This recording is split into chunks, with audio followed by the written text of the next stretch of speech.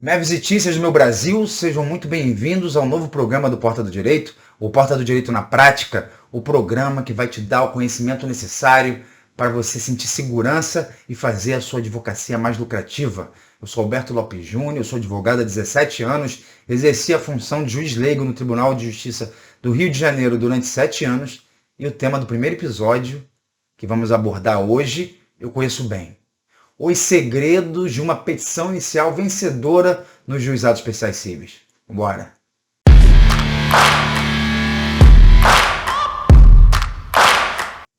Hoje eu vou ensinar para vocês um passo a passo de uma petição inicial perfeita. A petição inicial é a principal peça de um processo. É a principal peça de um processo porque está lá que o autor relata a causa de pedir. Na causa de pedir, o autor deve vincular as provas que ele está trazendo. E também na petição inicial que ele faz os pedidos. E por que também para o réu é a principal peça? Porque o réu, quando ele vier com a defesa, ele vai tentar pegar todas as fragilidades que existem na inicial. Então vamos embora aprender um pouquinho de petição inicial no Juizado Especial Cível? O que eu vou ensinar para vocês hoje, eu vou pegar teoria e mostrar como ela é na prática, tá bem? Vou dar, porque na verdade a prática nada mais é do que a aplicação da teoria. Então eu vou falar para você os segredos de uma petição inicial perfeita. Na verdade, toda a base de uma petição inicial que eu vou abordar aqui, você vai poder utilizar fora dos juizados especiais cíveis, mas peço para você ter o cuidado de se atentar para as especificidades dos juizados, tá bom? Que como hoje o tema é petição inicial nos juizados, eu vou falar das especificidades e você vai perceber. Então eu elaborei até aqui um gráfico, mas antes deixa eu falar uma coisa para vocês. Porque eu resolvi fazer esse passo a passo. Durante os 7 anos que eu exerci a função de juiz leigo no Tribunal de Justiça do Rio de Janeiro, eu julguei mais de 12 mil processos. E eu posso assegurar a você que muito dinheiro foi deixado na mesa por falta de conhecimento técnico de como elaborar uma petição inicial. Ainda mais no rito dos juizados especiais cíveis, que é um rito de tiro curto, você não pode errar tecnicamente na elaboração de uma petição inicial. Então, eu vou falar para vocês o passo a passo para uma petição inicial vencedora. Preste atenção e vamos aqui no gráfico, no slide que eu fiz para vocês. Primeira coisa, a petição inicial no juizado, se você for pegar a rigor, vou até voltar aqui, a Lei 9.099, ela não fala em petição inicial. A Lei 9.099 é a lei que instituiu os juizados especiais cíveis depois de uma ordem constitucional, o artigo 98, inciso 1º da Constituição. Então, no artigo 14, a ordem é a seguinte: o processo instaurar-se-á com a apresentação do pedido, escrito ou oral, à secretaria do juizado. Então, você vê que no juizado não há aquela necessidade dos requisitos de uma petição inicial que tem no CPC. Mas eu oriento a você para fazer uma petição tecnicamente perfeita e levando em consideração que você é um advogado ou então um estudante que está se formando em direito, a ser técnico. Então você vai elaborar uma petição inicial e não só um pedido. Porque quando a gente vê lá os requisitos, está lá, parágrafo 1º. Do pedido constarão de forma simples e em linguagem acessível o nome, a qualificação e o endereço das partes. 2. Os fatos e os fundamentos de forma sucinta. 3. O objeto e seu valor. Você vê que aqui, os fatos e fundamentos, apesar de não falar fundamentos jurídicos, nós sabemos que são os fundamentos jurídicos, né? O objeto e seu valor. Agora você pega aqui o CPC, no artigo 319, a petição inicial indicará o juízo a que é dirigida. Eu vou tocar nesse inciso 1º daqui a pouco. Os nomes, os pronomes, estado civil, a existência de união estável, tal. Isso aqui tudo você vai colocar na sua petição inicial, tá bem? 3. Os fatos e os fundamentos jurídicos do pedido. O pedido com suas especificações. O valor da causa. As provas que o autor pretende demonstrar a verdade dos fatos alegados. E a opção do autor pela realização ou não de audiência, isso aqui você não precisa colocar, tá? Porque no próprio rito dos juizados, prevê a realização de audiência de conciliação ou de conciliação, instrução e julgamento. Então, não há necessidade, porque obrigatoriamente no rito dos juizados vai haver a tentativa de conciliação, tá bom? Em uma audiência, tá? Apesar do CPC de dizer que o juiz ele deve sempre tentar buscar o acordo entre as partes para solucionar a lide e tudo mais. Quando a gente fala? A gente falou assim, na verdade, da leitura desses artigos, a gente vê os requisitos da petição inicial, né? Na verdade, quando você fala dos elementos da petição inicial, a gente fala das partes, da causa de pedir e do pedido. E se você observar, está tudo no artigo 319 do CPC, ó. Nomes, os pronomes aqui, a gente está falando da qualificação das partes, né? Estamos falando das partes. Causa de pedir, que são o fato e os fundamentos jurídicos do pedido. O pedido, tá? São os elementos da ação. Vocês se lembram disso? E quando você pega uma inicial, quando você vai fazer a inicial, a primeira coisa que você faz é endereçar. Excelentíssimo senhor doutor juiz de direito. Não. O CPC, ele é claro. Voltar até para o artigo que a gente estava falando. Ó. Artigo 319. A petição inicial indicará o juízo a que ela é dirigida. Então você não vai colocar excelentíssimo senhor, doutor, juiz. Não, você vai colocar meritíssimo juízo do juizado especial civil, meritíssimo juízo da vara civil, meritíssimo juízo da vara de família, ao juízo da vara civil. Tá? Menos é mais. Ainda mais porque a gente está diante de uma ordem. O juízo a que é dirigida, tá bom?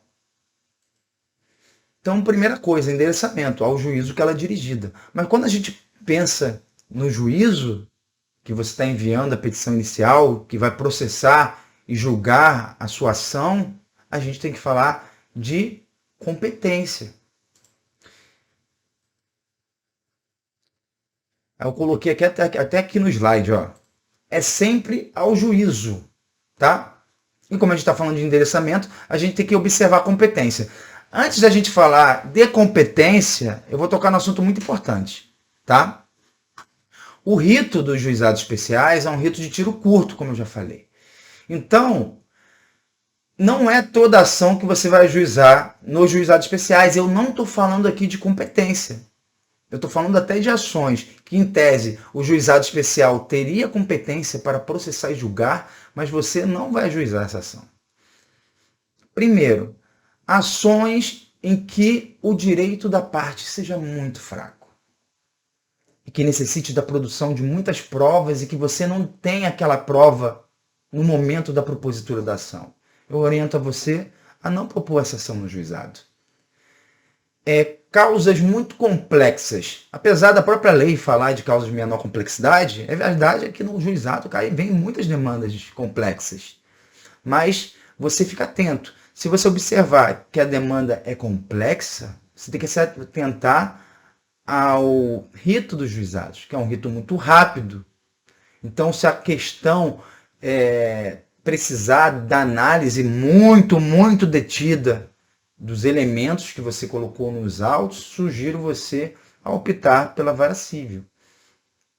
No juizado, você vai ajuizar as ações, eu costumo falar isso com os meus mentorados, matemáticas. Eu sei, Alberto, o que são ações matemáticas? São ações que obedecem os padrões de julgamento. É como se fosse 1 mais 1 igual a 2. A causa de pedir correta, mais vinculado à prova correta, mais o pedido correto, igual a uma sentença de procedência. Então, quando você não tiver esses elementos bem claros para o juízo, que às vezes é um secretário, às vezes é o juiz leigo, às vezes é o juiz que vai fazer a sentença. Então, se isso não estiver claro para as pessoas que vão analisar seu processo, opte pela vara civil, tá bom? Então vamos lá. Endereçamento. Falando de endereçamento, a gente está falando de competência. E competência do juizado especial está definido lá no artigo 3º da Lei 9.099. Ó. O juizado especial civil tem competência para conciliação, processo e julgamento das causas cíveis de menor complexidade, assim consideradas. Inciso 1º. As causas cujo valor não exceda 40 vezes o salário mínimo. Aí eu volto aqui para falar uma coisa importante com você. Você vê que tem um critério objetivo. O STJ já se manifestou que esses incisos do artigo 3º, não há necessidade de você ter todos, tá? Basta você ter um deles para você conseguir propor ação no juizado especial. Então, não são cumulativos, tá bem? 40 salários mínimos. Aí eu faço uma pergunta para você. Se a ação tiver 2 autores, qual o valor da causa permitido? O que você responde? 40 salários mínimos? Não. Quando tiver litisconsórcio ativo, isto é, nesse caso que eu dei o exemplo, 2 autores, ou pode ser 3 ou 4, dependendo da situação, 2 ou mais autores, quando houver litisconsórcio ativo, você multiplica pelo número de partes. Por exemplo, 2 partes, então 80 salários mínimos. Então, o valor da causa, nesse caso, levando esse critério das causas cujo valor não exceda a 40 salários mínimos, se for 2 partes autoras, 80, tá bom? 2. As enumeradas no artigo 275.2 do Código de Processo Civil. Quando você fala do artigo 275.2 do Código de Processo Civil, a Lei 9.099 é de 95. E na época, o Código de Processo Civil que estava em vigor era o Código de Processo Civil de 73. E o artigo 275 ele falava de um procedimento chamado procedimento sumário, que era um procedimento mais célere, mas que era processado e julgado na própria vara civil.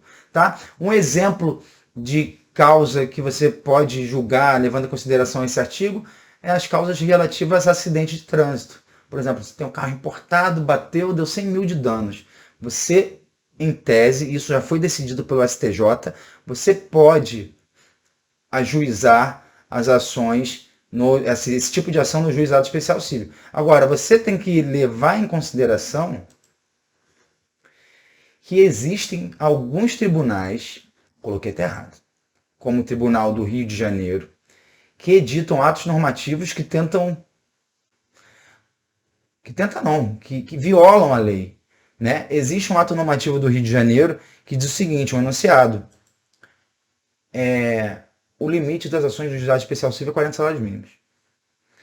Então, o inciso 2º do artigo 3º, que em tese o valor da causa a causa poderia ter qualquer valor, no Rio de Janeiro existe um enunciado que diz que não. Obrigatoriamente é 40 salários mínimos. Então é muito importante que você esteja atento aos enunciados, às súmulas do Tribunal de Justiça do Estado, o qual você vai ajuizar a ação.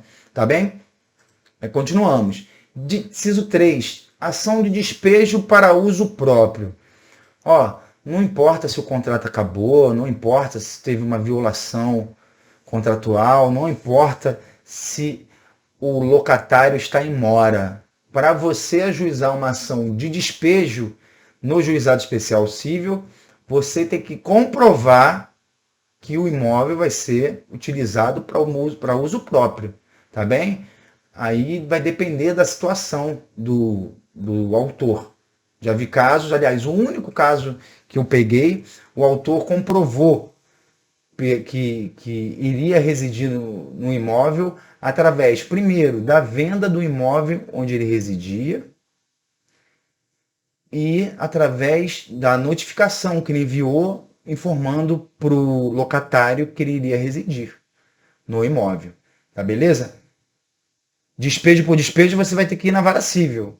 Fechou? Agora, eu já julguei 12 mil processos. Até hoje eu julguei apenas uma ação de despejo. Então, não é uma ação que costumeiramente é ajuizada nos juizados. 4. Ações possessórias sobre bem imóveis de valor não excedente ao fixado no inciso 1º deste artigo. Nunca peguei um processo desse. Caso da reintegração de posse no imóvel de valor até 40 Aí aqui já está falando de execução de julgados, mas como a gente está falando de uma petição inicial, você pode fazer uma petição inicial de execução de um título extrajudicial, está aqui no artigo, no parágrafo 1º, inciso 2, títulos executivos extrajudiciais, no valor de até 40 vezes o salário mínimo, observado o disposto no artigo 1º, no parágrafo 1º do artigo 8º dessa lei, a gente fala depois. E aqui fala do que é excluído a competência do juizado especial civil. Ficam excluídas da competência do juizado especial civil. Deixa eu só me tirar daqui para vocês lerem. As causas de natureza alimentar, então não vai ter ação de alimentos no juizado especial civil, falimentar, questões alusivas à falência fiscal e de interesse da Fazenda Pública. Foram até criados juizados especiais da Fazenda Pública, ainda que de cunho patrimonial. Fechou? Acabou a competência? Não, não acabou a competência. Porque a gente falou da competência em razão da matéria. Agora a gente vai falar da competência em razão do lugar. Tá? Ó. É competente, artigo 4º, é competente para as causas previstas nesta lei o juizado do foro. Inciso 1º, do domicílio do réu ou ao critério do autor do local onde aquele exerça atividades profissionais ou econômicas ou mantenha estabelecimento filial, agência sucursal ou escritório. 2. Do lugar onde a obrigação deva ser satisfeita. 3. Do domicílio do autor ou do local do ato ou do fato, nas ações para reparação de dano de qualquer natureza. Em qualquer hipótese, poderá a ação ser proposta no foro previsto no inciso 1º deste artigo. Vou fazer uma explicação para vocês. O que acontece aqui no Rio de Janeiro, por isso a importância de você conhecer os enunciados. O Rio de Janeiro estava tendo muito problema. O Rio de Janeiro, para vocês entenderem, é uma cidade muito grande. Então existem juizados em vários bairros. Existem juizados no centro, existe juizado na Gávea, em Botafogo, ou melhor, em Botafogo foi para o centro. Existe juizado na Barra da Tijuca, e também existem os juizados dos municípios vizinhos ao Rio de Janeiro. São João de Meriti, Nova Iguaçu, Duque de Caxias. E o que acontecia?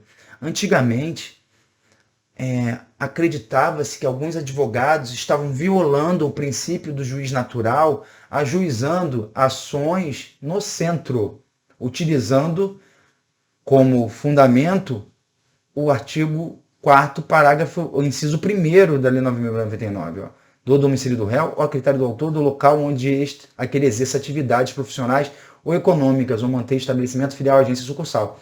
Um exemplo. A pessoa tinha contrato com uma determinada empresa de telefonia, que estava presente onde ela morava. Morava em outro município. Só que o advogado ajuizava a ação, utilizando essa questão de competência, no centro do Rio de Janeiro, por exemplo, onde existia uma agência, uma filial da loja. Então, o Tribunal de Justiça do Rio de Janeiro editou um enunciado em que diz que a competência é em razão apenas da sede, nesse caso, ou do domicílio do autor da sede, para obrigar o autor a propor ação lá no juizado de onde ele reside. O objetivo desse enunciado foi fazer, porque o juiz estava acreditando, uma violação do princípio do juiz natural, porque a parte estava podendo escolher onde indicar. Por exemplo, existem várias lojas dessa operadora de telefonia em vários bairros do Rio de Janeiro, onde tem os juizados especiais cíveis. Então, bastava ela olhar o juizado que, em tese, dá o maior valor de dano que ela ia juizar naquele lugar. Tá? Aqui no Rio de Janeiro tem isso. Eu não tenho notícia em outro estado. Algum tribunal tomou alguma decisão para evitar esse tipo de situação. Mas o que eu acho disso tudo? Eu acho não, tenho certeza, na verdade, que o enunciado, um ato normativo do Tribunal de Justiça, ele não pode ser contrário à lei. Mas aqui no Rio de Janeiro a OAB não se manifestou, nenhuma associação, algum órgão que tenha representatividade tentou impugnar este ato normativo, então a maioria dos juízes tem aplicado, tá bem? Agora aqui, depois que a gente falou, a gente acabou com competência. Ficou claro para vocês? Eu tô uma coisa de cada vez. petição inicial lá em cima você coloca meritíssimo juízo do Juizado Especial Cível da sua cidade. Então, depois que você coloca o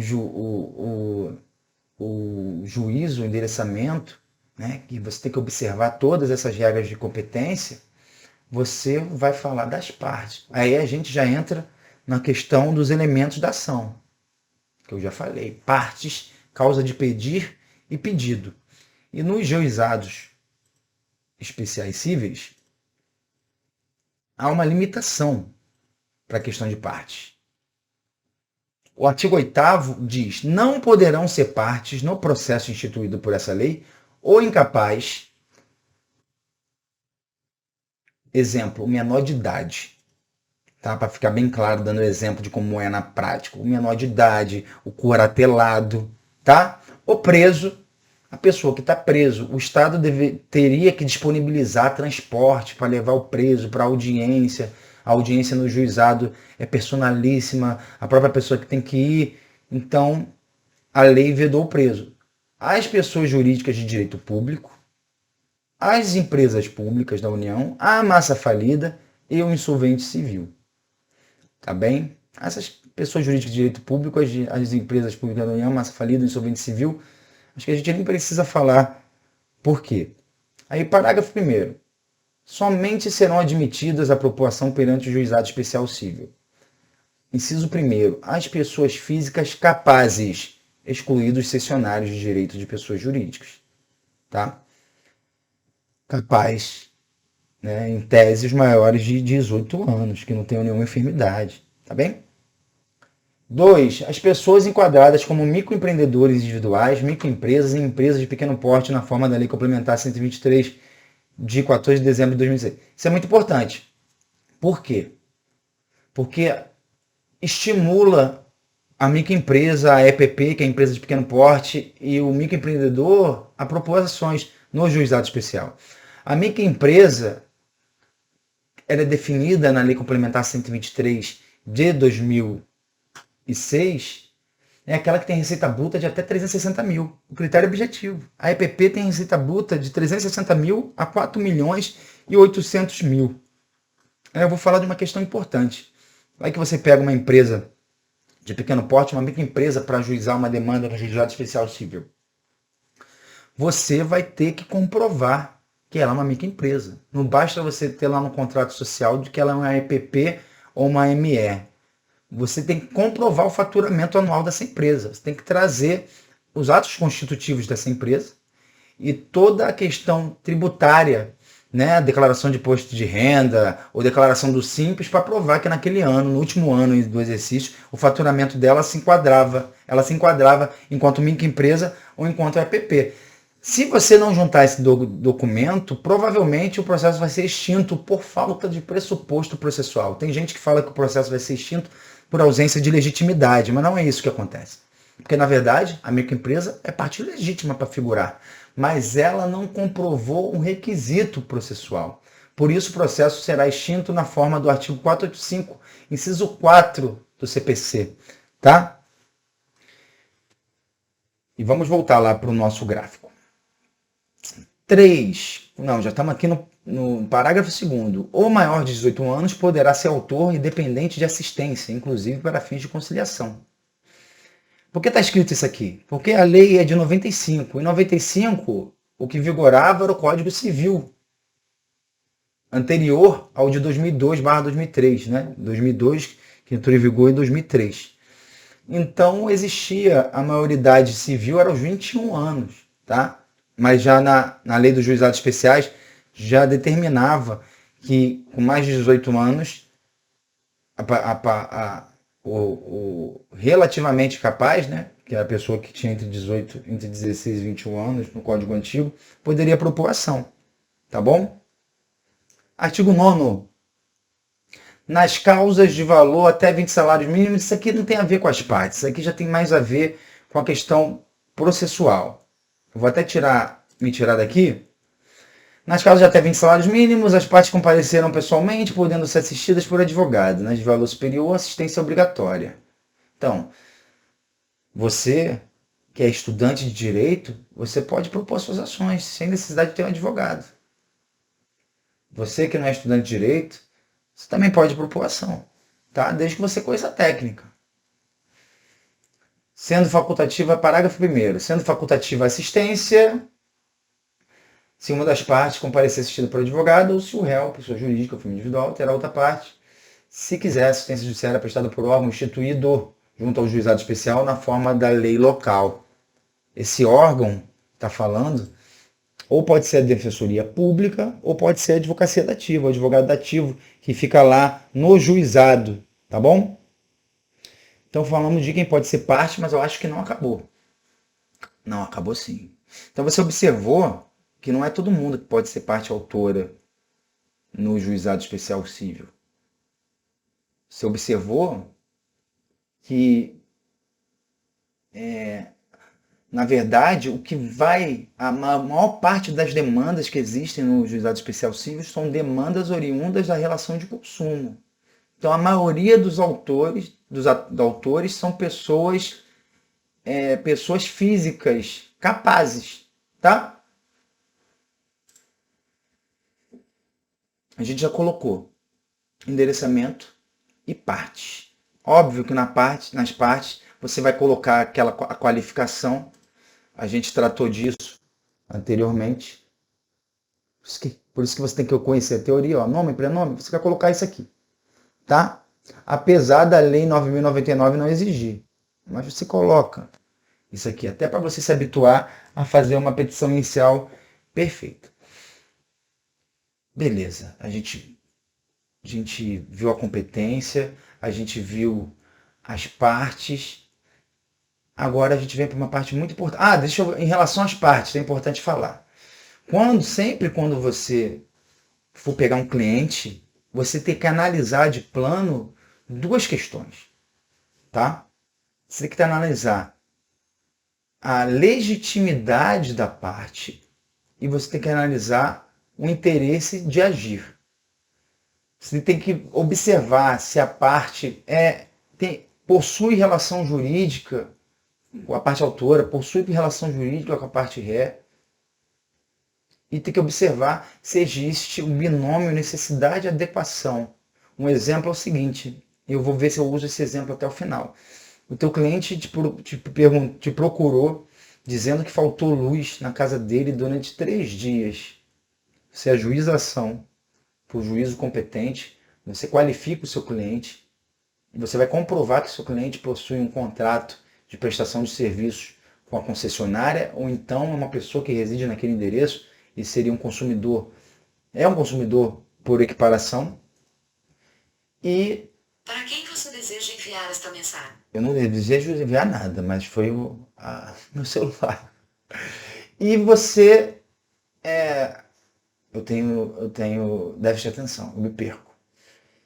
E você requer o restabelecimento do serviço, sendo que o serviço já foi restabelecido.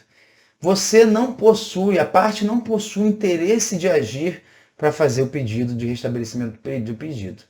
Tá? Então, não cometa esse erro técnico de fazer pedido desnecessário, tá bom? Que facilmente o réu vai arguir a preliminar, pode provar, e você pode correr no risco, né, de alterar a verdade dos fatos e ser condenado por litigância de má-fé. Então, muito cuidado, tá bom? Depois das partes, acontece uma coisa muito comum. Questões preliminares. E que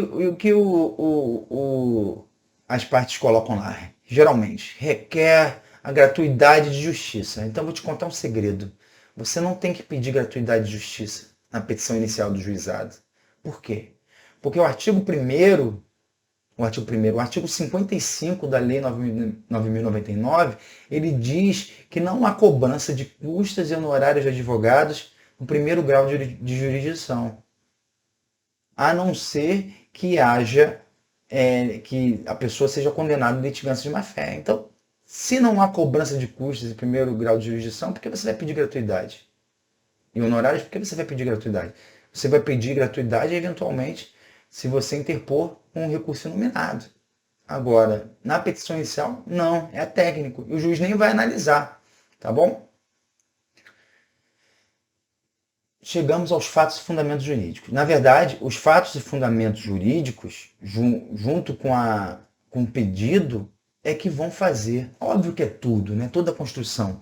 Mas fatos e fundamentos jurídicos é que vão fazer da sua petição inicial uma petição inicial vencedora. Então, eu até vou colocar aqui no nosso slide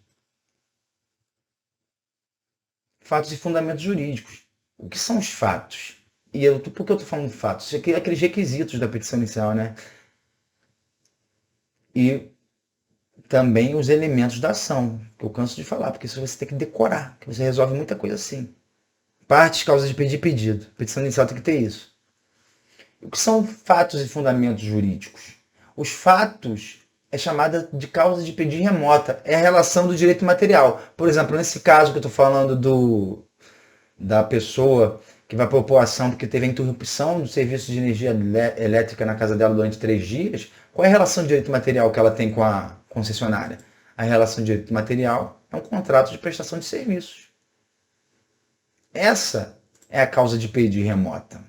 E temos também os fundamentos jurídicos, que são chamados de causa de pedir próxima. E muitas pessoas confundem a causa de pedir próxima com do direito. Do direito.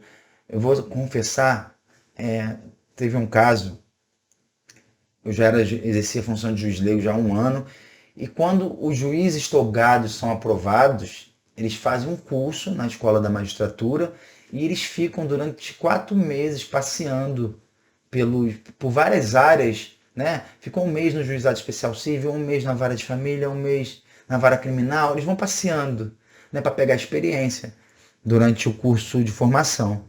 E uma vez caiu um juiz lá no juizado do qual eu trabalhava. E o juiz togado, é por isso que eu falo, o juiz togado, ele é formado durante o exercício da função. Né? Tem muita gente que fala que é a minha vocação, mas assim, eu não acredito muito nessa vocação. Eu acho que você passar no concurso tem que ter vocação para estudar. E você vai observar nesse caso. O juiz togado, que estava no curso de formação, ele estava extinguindo vários processos por inépcia, porque não tinha a parte do direito. Do direito.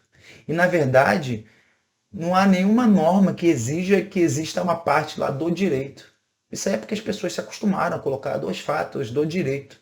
Na verdade, como a gente viu, e vou voltar lá para o slide, a petição inicial indicará o fato e os fundamentos jurídicos do pedido. E quando a gente fala da causa de pedir próxima, na verdade, a gente vai falar do fundamento, do que aconteceu, qual a violação que existe para gerar o pedido. No caso aqui, nós temos uma relação de direito material, que é um contrato de prestação de serviços com a concessionária de energia elétrica. E, como causa de pedir próxima, nós temos a interrupção de um serviço. Ainda deve-se levar em consideração que o serviço é essencial, o serviço de energia elétrica é essencial, e o serviço de energia elétrica deve ser contínuo. Então, houve uma violação. Então, esse é o fundamento jurídico, tá?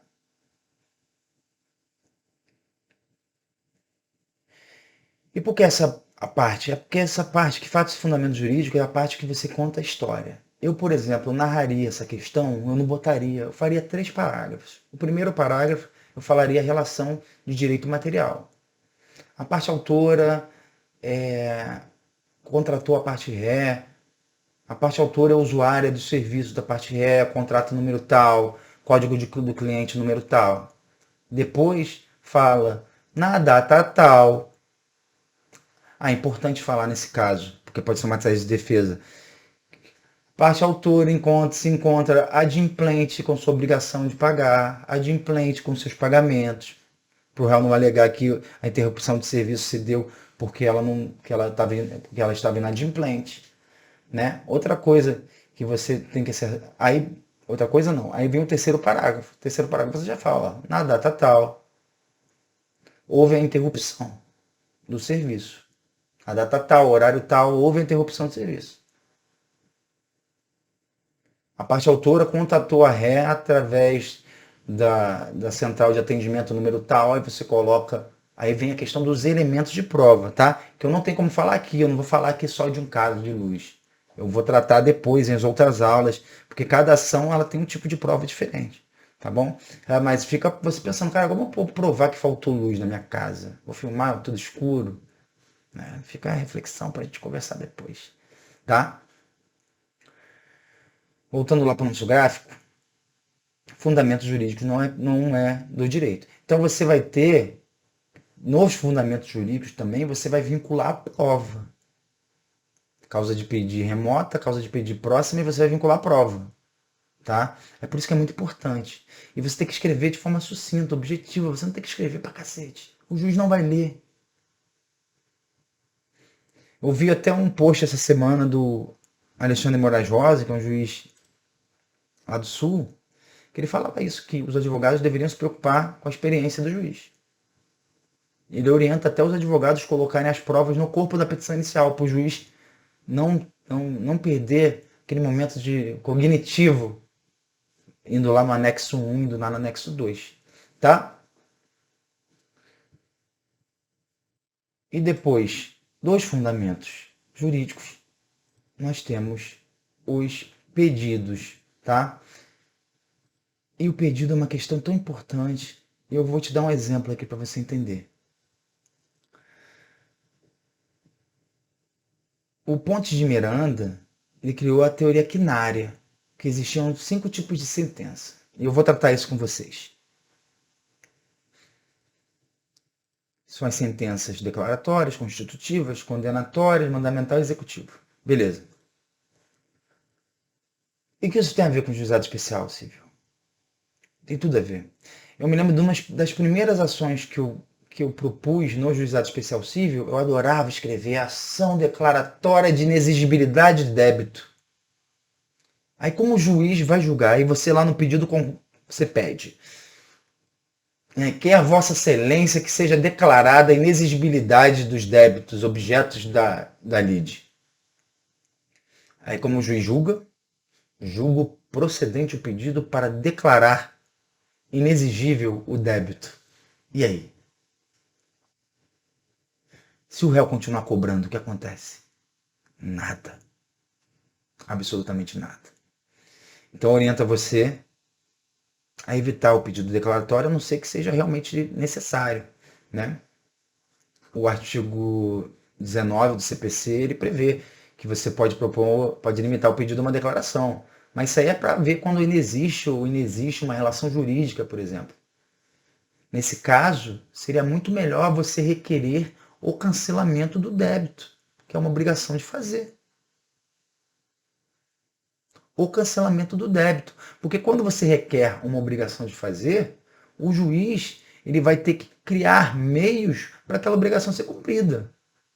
Comumente é assim, ó, julgo procedente o pedido para condenar o réu a cancelar o débito tal, no prazo tal, sob pena de multa do dobro do valor cobrado em desconformidade. Eu falo isso porque semana passada, o cliente do meu escritório, ele tinha uma sentença, nós tínhamos, né? Sentença que foi julgada procedente o pedido e o juiz condenou a parte ré a cancelar um débito no valor de R$ 4.000. O réu não cancelou, o réu cobrou. Então ele recebeu uma carta de cobrança, nós juntamos ao processo e ele recebeu R$ 8.000. Isso foi bom para mim por quê? Por causa de um erro do réu, nesse contrato com esse cliente, tinha honorários de êxito, além dos honorários iniciais, R$ 2.400 por um erro do réu. Tá bom? Então você presta atenção nisso. Toma cuidado com os pedidos mandamentais, tá? Mas de toda forma, ou melhor, com os pedidos declaratórios. Mas de toda forma, eu vou dar uma geral para você aqui, tá? No pedido também, você requer a tutela de urgência ou a tutela de evidência. Então, a primeira coisa que você vai fazer no pedido é, se você, na causa de pedir, você informa que existe uma tutela de urgência ou uma tutela de evidência, a primeira coisa que você vai pedir é ela. Por que antes da citação? Porque você quer aquela tutela sem que o réu seja ouvido. Então você vai pedir a tutela de urgência. Ou de evidência. Eu já falei, a gente já conversou que você não vai pedir gratuidade de justiça. Não vai pedir. Depois você pede o quê? A citação do réu para comparecer à audiência, tal, não sei o quê. Né? Sob pena para apresentar defesa, se quiser, sob pena dos efeitos da revelia. Aí depois você vem em relação aos pedidos. Eu rapidamente vou falar dos tipos de sentença para vocês entenderem. Ó. Sentença declaratória, eliminar a incerteza acerca de uma relação jurídica. Sentença constitutiva. Uma sentença declaratória. Exemplo de sentença declaratória. Você quer que o juiz declare a nulidade de um contrato por um vício de consentimento. Beleza. Beleza. Eu vi o vício ali, beleza. 2. Sentença constitutiva. Cria, extingue ou modifica uma relação jurídica. Exemplo, divórcio. O divórcio ele extingue o casamento. Não modificou a relação jurídica? Então, é uma sentença constitutiva. Sentença condenatória. Condena o réu a uma obrigação, a prestação de uma obrigação. Por exemplo, condena o réu a pagar a importância tal. É uma sentença condenatória. Sentença mandamental é uma ordem para que uma das partes cumpra uma obrigação de fazer ou de não fazer. Eu dei um exemplo agora para você cancelar o débito. Sentença executiva. Determina no seu próprio corpo, vou até tirar aqui o que eu acho que estou atrapalhando. Determina no seu próprio corpo a execução do provimento jurisdicional sem a iniciativa da parte. Exemplo, ação de reintegração, ação de despejo. O juiz já coloca ali, ó, prazo de 15 dias, seja emitido mandado de verificação e emissão na posse, que seja usada a força policial, que possa arrombar e tal a porta. Você observou? Isso é muito importante você entender. Então você vê que hoje eu tratei, na verdade, de coisas básicas, mas que a maioria das pessoas não sabem. E eu vou dar um bônus aqui para você. Apesar da maioria das ações... falando ainda em relação ao pedido, tá? Vamos terminar com isso. Você requereu lá o seu pedido. No caso da energia elétrica lá, já falei do exemplo da interrupção de energia elétrica. Você vai pedir o quê? Você só vai pedir o dano moral. Ou dano material, se por acaso apodreceu alguma coisa na sua geladeira, ou então se a sua geladeira quebrou por causa da interrupção, ou por causa da volta, chamado dano elétrico.